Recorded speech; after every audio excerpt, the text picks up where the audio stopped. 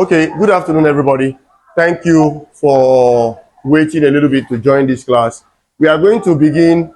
What I want to do in this class basically is to begin and end the second part of our introduction to time series. Is it clear? Being the first topic. After this, we'll be moving to the next topic, probably in my next meeting with you guys. So let's begin quickly. For those of you watching from any part of the world, welcome to my class on time series. My name is Dr. John Ifyongusen. So please welcome to my class. Let's begin. So previously we had talked about components of a time series, and we stopped our class at the irregular component of a time series, right? So in today's class, we will begin quickly with what we call the graph of a time series. Graph of a time series. Remember, if you don't want to call it a time series, you could call it a time series data, right? So time series or time series data refers to one and the same thing. Is it clear, everybody?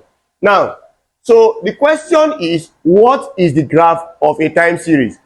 Please, you may write with me, the graph of a time series, the graph of a time series is a plot of y1, y2, y3, values of a random variable y against t1, t2, t3 values of the time period, the time t. Okay? So when you tell someone that you are to graph a time series data or a time series, or you are asked for the meaning of the graph of a time series, what it simply refers to is a plot. Okay? So a time series graph is what, everybody?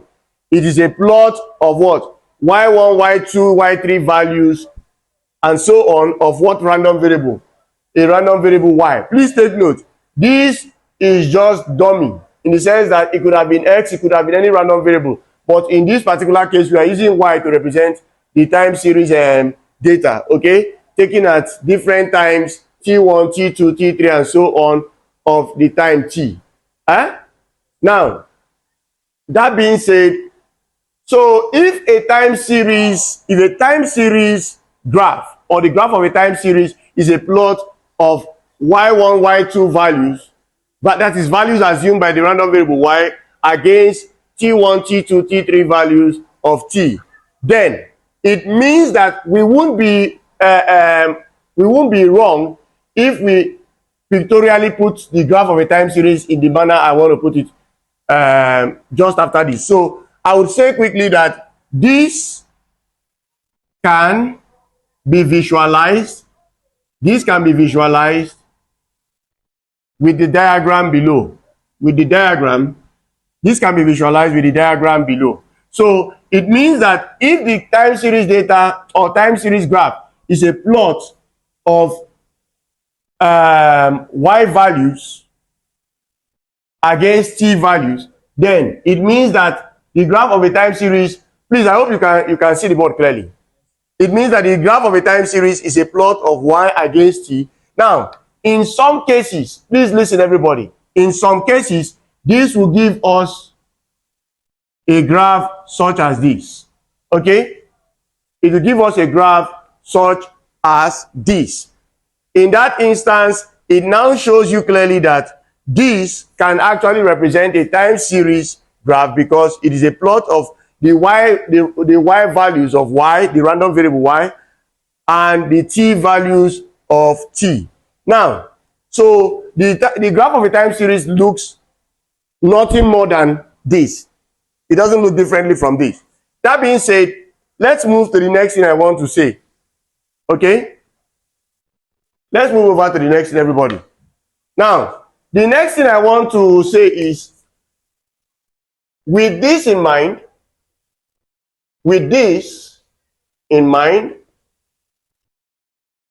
one can use the graph of a time series, one can use the graph of a time series to visualize the components of a time series. The components of a time series discussed previously.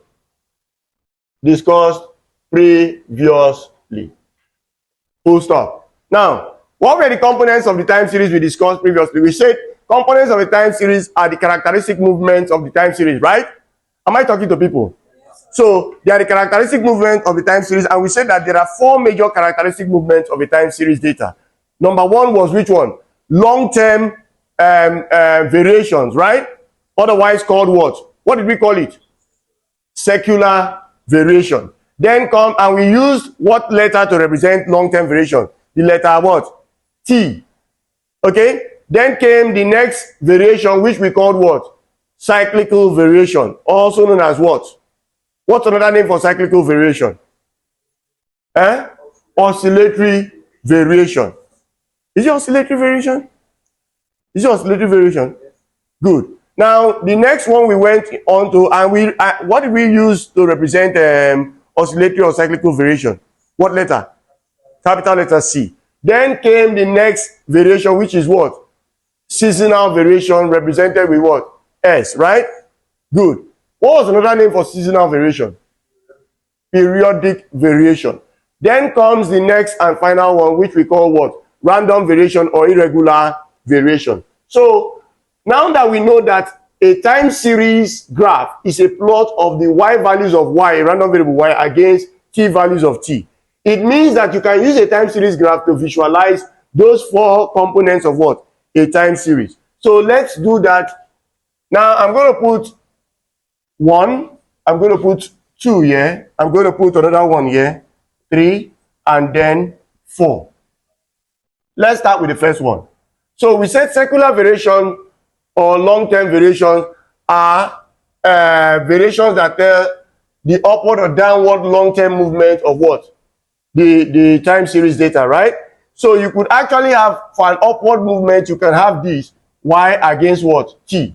Now this y here is usually called the response variable. So you can call it the response variable, okay? So this can be showing you, this particular diagram here or graph here could be a typical example of a long-term what? Long-term variation. Okay? Because clearly you can see the dotted lines go upward, showing you the long-term or the long-term or eventual trend or variation of the y values with respect to what? T. Now, looking at it, what if we come over here and have y against t? If you were to use a graph of the time series to show the cyclical variation, you would end up having a movement such as this. Okay? Now, even as you have a movement such as this, which may keep repeating itself and so on and so forth, please take note of one thing. This is a cyclical variation because you will notice that the whole thing is going in what? In cycles. I believe in trigonometry, somewhere in your trigonometry, you must have been told that the graph of the sine and cosine, those trigonometric ratios, are sinusoidal in nature, right? They are cyclical in nature because they have a period and they have an amplitude. Is it not so? If you look at this graph, you will notice that this graph is sinusoidal in nature. It's wave-like in nature. So it is cyclical. Now, even as it is cyclical, take note. Remember we said in a time series data, those 4 components can be present. 2 of them can be present, 3 of them can be present, the 4 of them can be present. Now you will notice that even as this graph is cyclical in nature, because clearly you could see a period and you could see something that resembles an amplitude, you will notice that this, on top of this cyclical movement, I can actually fit what? I can fit a long-term variation in it. Do you see it? So even as this graph is cyclical, you will still see that there is a long-term component, a secular component in it, because eventually this graph, even though cyclical, is what? An upward trend. Do you see it? Now, I could come over here, so let's put that cyclical variation. So this is our response our response variable. This is a cycle. This depicts a cyclical what? Variation. Now, what if we intended to use the time series graph to show a what do you call it? A secular variation.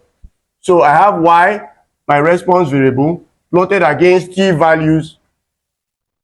Okay, t values, and in this case I have what? A secular, a seasonal what? Variation. Now, a seasonal variation can be incorporated into this. You can have a graph of a time series can show that the time series data is both long-term and what? Cyclical, as well as being what? Seasonal.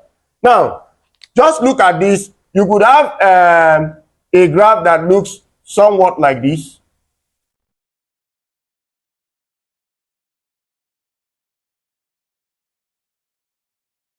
Let me wipe this a little bit. Or let me rather miniaturize my graph here. Let me miniaturize my graph. So you could have something like this.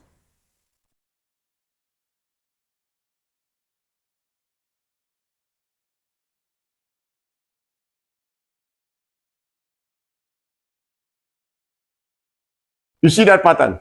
Now, you will notice that if I remove these shocks, this that looks like spark, this symbol that looks like spark, you will notice that I'll be getting this. So this is just like me putting something like this. You see it? Now, you will notice that this graph, upon this graph, I could actually show that there is a long-term trend. There's a long-term upward trend in that graph, and there is a cyclical component in that graph. Clearly, you will see the cyclical movement, right? But you will notice that at certain points within the plot, you will notice that a particular pattern is repeating itself. This is just like what usually would happen even as prices of commodities will go up, come down at U-type periods or festive periods. You will experience a particular pattern within a particular year. Do you understand me? If you take the prices of commodities throughout the year from 2004 to 2008, in 2004, you would have prices of commodities maybe showing you an upward trend because government is changing, time is changing, things are increasing, right? Now, it will show you that the price is going upward, giving you a characteristic of an upward trend. At the same time, it will show you that at certain points, it is going down due to certain forces or what do you call it, from the market. It may be going down, it may be showing you that there's a cyclical movement, but when it comes to a festive period within that year, if you were buying goats at a certain amount or normal, what you would call normal amount, at that point in the years, let's say, for example, 1st of October in Nigeria, or for example, Christmas period or Easter period, you will see a sharp spike in the prices of commodities, whether above or what? Below. Do you understand me? And that spike, if it repeats, let's assume that all we plotted here was for 2004. If this is for 2005, somewhere around that time, Easter period, if this was Easter period or Christmas period or any festive period, somewhere around that same period in the next year, in the coming years, you will see that same pattern, almost identical pattern, not necessarily the same, almost identical pattern repeating at that same point in time. And when that happens, it amounts to what we call what? A seasonal variation being present in that time series data. Is it clear? However, you could have a fourth variation depicted by the time series graph in what we call what? The random variation, right? What did we call it? The random variation or irregular what? Variation. Now, in this case, you won't see any clear pattern. You won't see any clear pattern. They don't follow any clear pattern. The only thing you may notice is that a random variation may be going what? In an upward trend or a downward trend. But to say you will see a clear pattern such as what? A cyclical pattern or a seasonal variation or seasonal pattern, you may not see.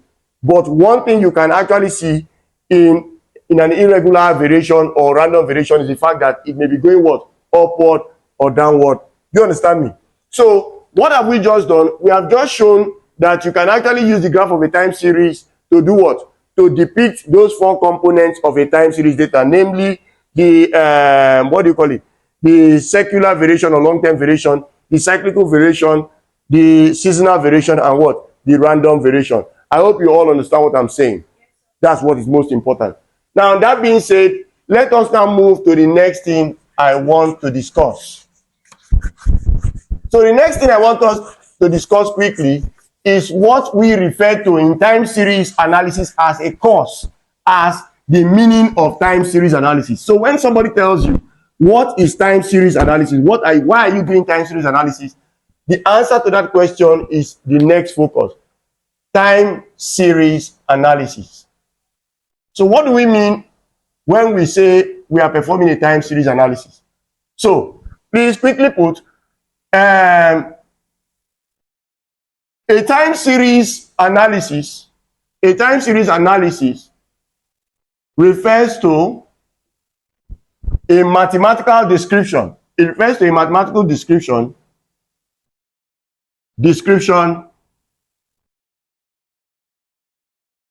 of the components or the component movement. The component movement in a time series data. Full stop.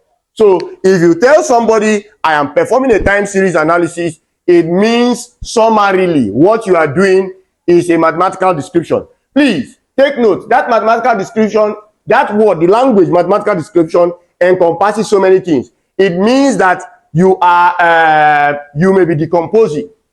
You understand me? It means you may be smoothing. It means you may be eliminating. You understand me? For instance, you see, everybody, when you plot a time series data or a time series data is presented to you, the interest of a time series analyst may be to want to eliminate random variation as much as possible from the data. Do you get me? It may be he or she wants to eliminate or minimize cyclical variation as much as possible from that data, or reduce or eliminate seasonal variation as much as possible from that data. So all that smoothing or reorganization you do is embodied in the language what? Mathematical description. Is it clear? So when you tell somebody I'm performing a time series, it means you're mathematically describing the components of time series. And of course, these four components we had discussed previously. Now, next paragraph. A time series analysis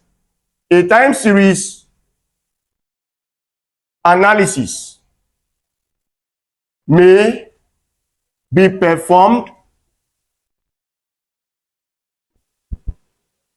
based on either of two assumptions.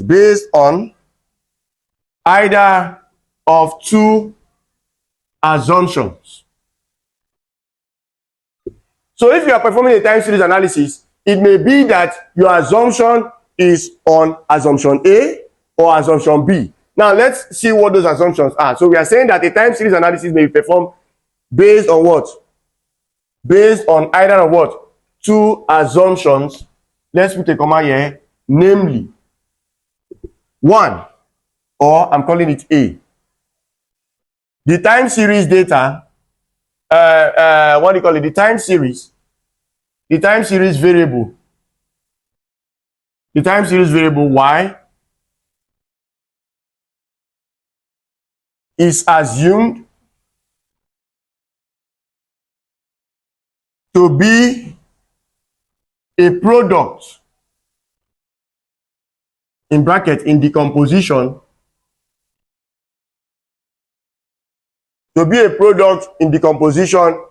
of the characteristic movements of the time series.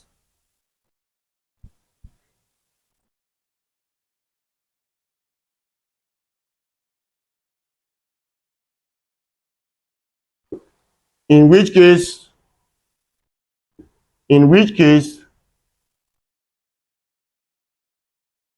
we may have equation 1.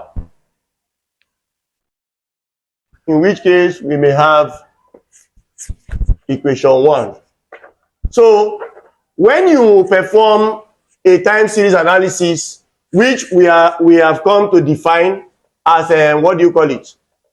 A mathematical description of the component movements of a time series data, right? Then there are two assumptions. One assumption could be that the time series variable, in this case y, is a product of the components present in the time series data. And what that means is that your assumption here is that y is a product of t, long-term trend, c, what do you call it? Cyclical trend, s, seasonal trend, and what? I, irregular variation. Is it clear? So when you assume that the random variable y is a product of this, it amounts to what we can refer to as equation 1. Is it clear? In that case, the time series analyst is assuming that the random variable representing the time series data is a product of what? Of these components, these four components in decomposition. Is it clear? However, okay, we've said A. So in B, however, the assumption might be that the time series variable y is a sum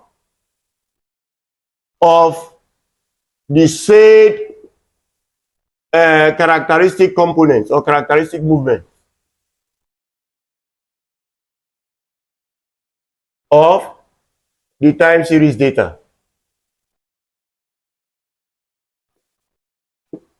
Here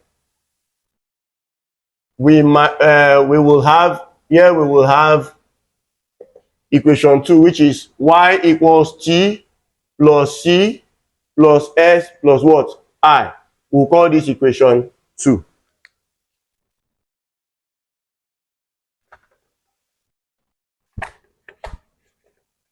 Are we there? Please, are we there? Okay. So now what implication follows from this? Who found this? Thank you very much.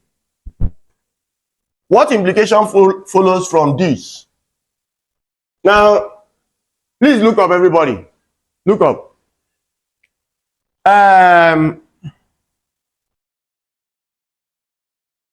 Depending on how flexible and successful the time series analyst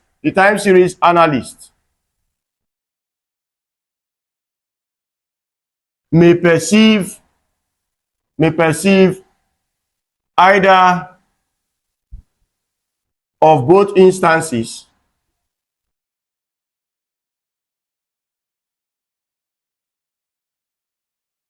either of them may be used to perform a time series analysis.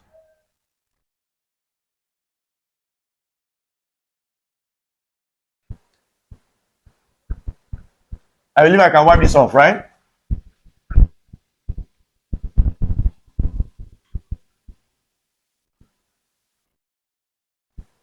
Are we there? Are we there? Going by equation 1,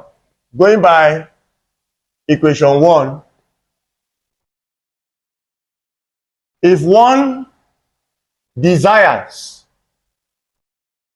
to eliminate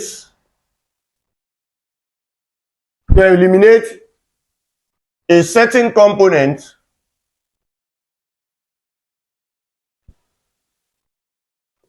such as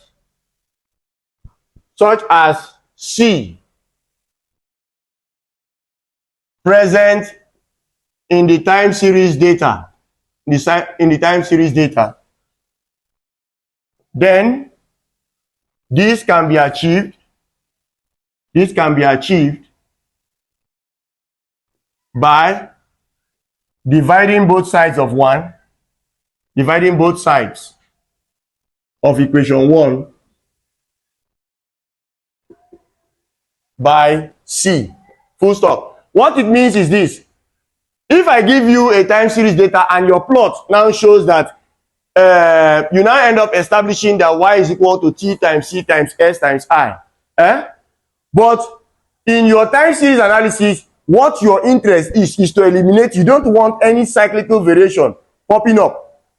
For you to do that, all you have to do is to say y divided by c is equal to what? T c s I divided by what? By c. And that will eliminate this component. If you are using equation 1, it will eliminate this component, implying that y over c, the new variable, let's call the new variable y star. The new variable y star, which is equal to t over c, will now be equal to what? T s I. You have just eliminated the what? The cyclical component. Do you understand me? So if it were to be the additive case now, what would you do? To eliminate the cyclical component, you will create a new variable y star, which is gotten by subtracting c from both sides. You understand what I'm saying? So if I tell you to eliminate a seasonal component, what would you do? All you have to do is to divide both sides or subtract from both sides s. Is it clear? So let's now move to the next thing. Can I wipe this off? Huh? Okay, so when we move from this, we'll be taking concrete examples on what all these stories are all about. You get me? They are very, very interesting. We'll be taking stories. Probably before we move into the next topic, we'll be taking stories, but let's just finish all these theories about what we would love to do. So, the next thing is estimation of what? Trend. I can wipe this off, right? Huh? Estimation of trend. So,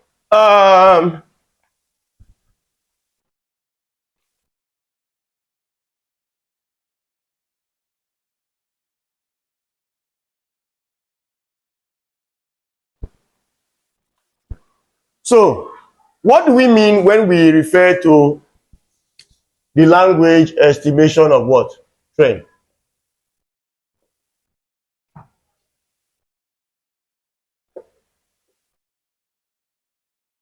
Estimating a trend refers to the use of graphs or established models for visualizing the nature of the trend. Okay, so when you use graphs or you use what we call established models to visualize the nature of a trend, you are more or less estimating what? A trend. Is it clear? Yes. Now, the estimated trend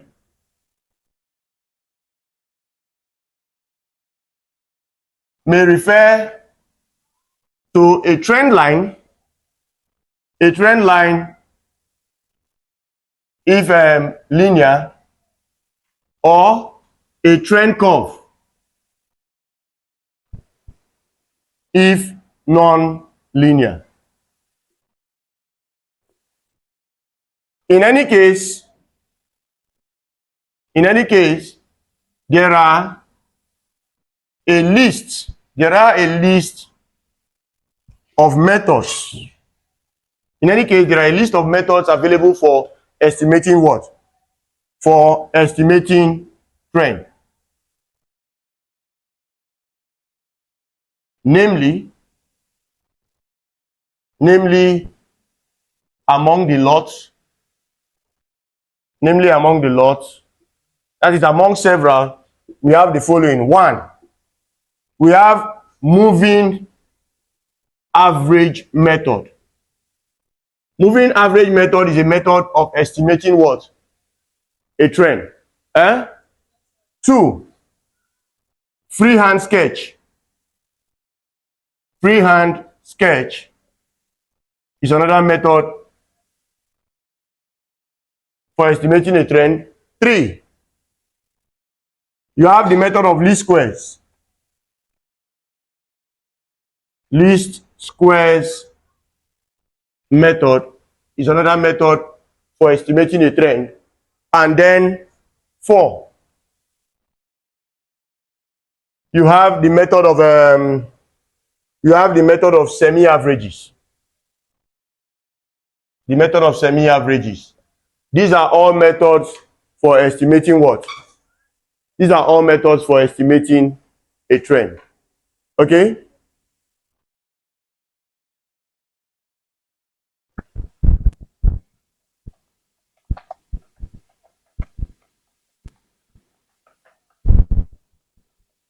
Now, to summarize my discussion today, let's start with the first method, the method of moving averages. Moving average method.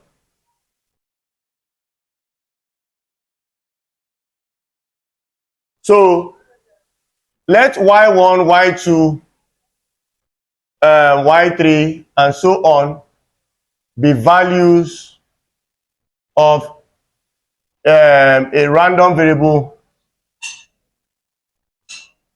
y taken at times, taken respectively at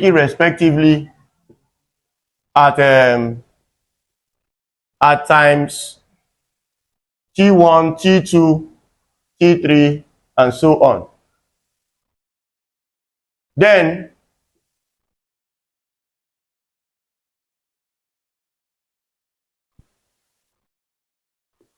what may be called a moving average of order n can be defined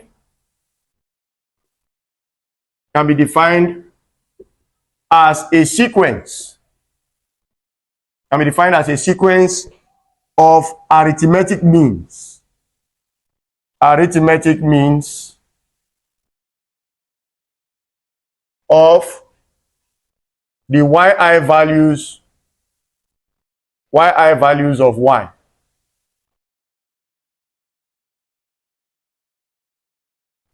Given below.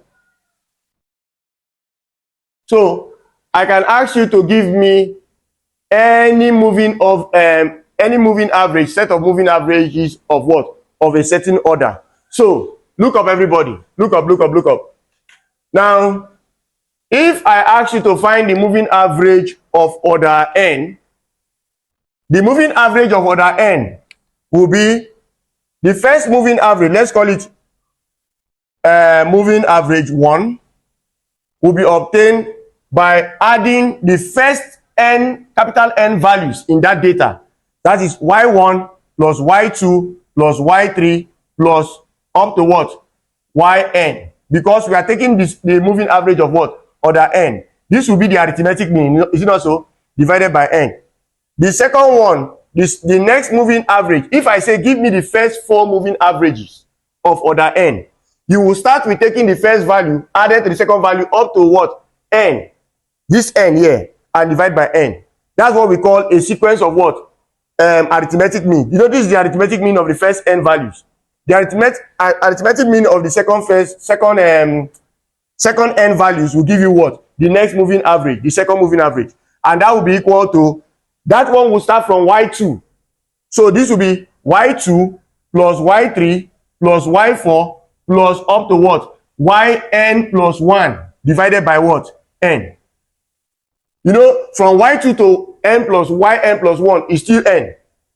The next one, which we will call the third moving average, will be what? y3 plus y4 plus y5 plus up to what? Yn plus 2 divided by n, and it continues like that. Is it clear? So when you do this, you are actually calculating a moving average of order n. Is it clear, everybody? So please, we will stop our class there, and on I think Wednesday, right? Is it Wednesday? Yes, sir. It's Wednesday. So Wednesday we will continue this class. In Wednesday's class, we'll be taking concrete examples on everything we have done, so that it won't just be story. We will take concrete examples on all we've done, starting with moving averages, then to what? To what test? It's Thursday. Okay, Thursday. Okay. So then to freehand least squares method, and then semi-averages. Is there any question? Is there any question? Thank you very much for your time. I'm grateful. So until some other time, stay blessed.